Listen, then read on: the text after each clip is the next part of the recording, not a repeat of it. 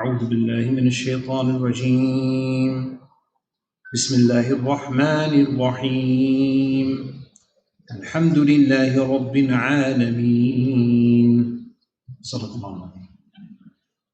My respected elders and brothers, Alhamdulillah, today is our second day of our tafsir program, which inshallah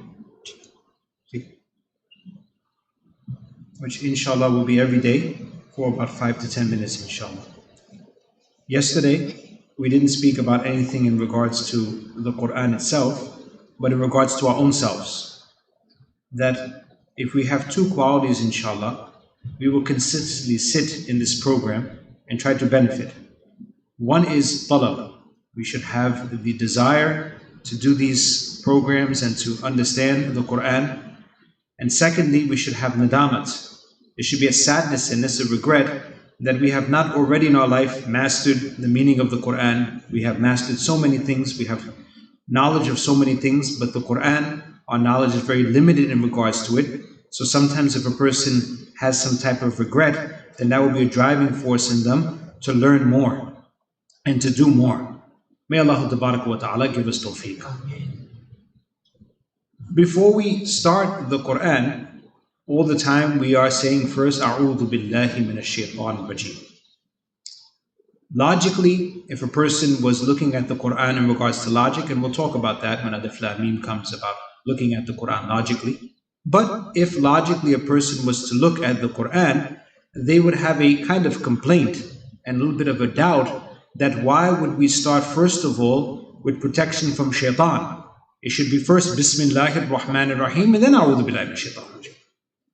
So first of all, our ulama have mentioned so beautifully that Allah Ta'ala is indicating to us a very important rule in life. And that rule is evident in a rule in Islam, which many of us have learned. A lot of rules of fiqh are based on it also. And we can keep this in front of us in regards to how we should approach life. And that is daf'u madarra muqaddamun ala jalbil manfa'a. That to make sure that you save yourself from the harms, it is more prevalent and more important many a time than getting the benefits. If there's something that is harmful, then you should try to stay away from it.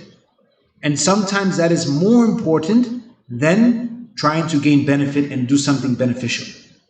The example in Deen, of course, and the ulama have mentioned so beautifully, and it's something which in these days, may Allah Ta'ala protect us and forgive us, is so less in the ummah these days, is the taqwa and the good deeds, right? Ulama have mentioned that if a person has a lot of taqwa with a little bit of good deeds, alhamdulillah, this is a very good thing. He should first of all try to stay away from the sins. This is the more important thing. And then of course his fards he should do, of course there's no concessions on that. But in regards to nawafil and so many different nafil, but yet still the sins are being done, so that's a big problem. So that's why ulama say that there should be taqwa, more of taqwa, and the good deeds, there should be more good deeds. But if you're going to pick one of the two, then you should be doing the taqwa more and staying away from sin more. And then with a lot of deeds with a lot of sin, or less deeds with a lot of sin, that's a big problem.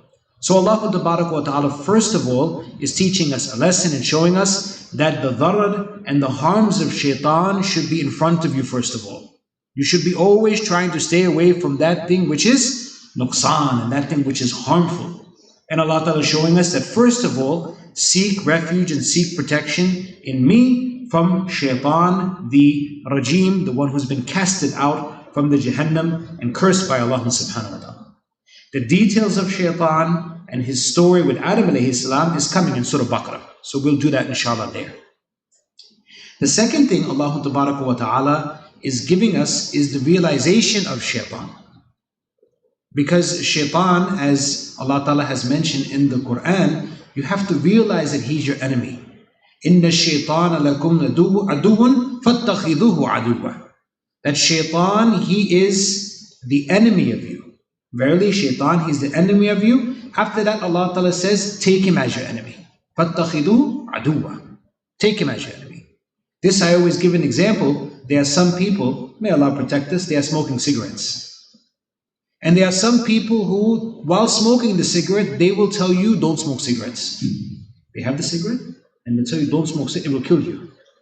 This is like the example of a person who has understood the nuqsan and understood the detrimental effect that cigarette has on you, but yet he has not taken it for himself.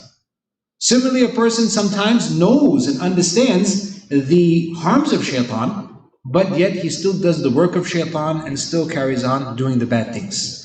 So Allah Ta'ala mentions, إِنَّ الشَّيْطَانَ لَكُمْ عَدُوٌ فَاتَّخِذُوهُ عَدُوًّا. Very important that we take him as our enemy and we realize that he is very dangerous. Because if we don't, it's very easy for us to think that the things that are going wrong with us and the whispers and the evils that are in us is coming from us. Those whispers that shaitan does, that Allah Ta'ala ends the Quran with, right? Allah Ta'ala is beginning our tilawat with this, and the Quran ends, قُلْ أَعُوذُ بِرَبِّ النَّاسِ مَلِكِ النَّاسِ إِلَهِ النَّاسِ مِنْ شَرِّ الْوَسْوَاسِ الْخَنَّاسِ. Allah Ta'ala ends the Quran also warning us about the shaitan, khannas, behind the heart. Right? Nabi Sallallahu Alaihi Wasallam has mentioned, إِنَّ الشَّيْطَانَ يَجْرِي. That shaitan, he is flowing inside any of you, مَجْرَ الدَّمِ يَجْرِي فِي أَحَدِكُمْ مَجْرَ الدَّمِ. That shaitan, he is flowing inside of you like the flowing of blood. In the Arabic language, this is a comparison. We call it tashbih. You know, the blood that's in our body, we don't know it's flowing in our body. It's not such that you pick up your arm and then, you know, if you have soda and there's liquid inside, so if you turn it over, turn it here, liquid moves. You can see it moving. The blood in our body is not such that we are moving and the blood is moving with us. We cannot realize there's blood in our body. Rasulullah has given the same example and said that shaitan is such that he is flowing inside of you like blood. You cannot even realize it's him. Evil thoughts are coming in your mind, but you can't realize it's him. You're thinking it yourself. And this has caused so much of our youth and elders and people these days to get the gham and the hum, and they get so, it's from shaitan, they're thinking it's from themselves, they give in to it.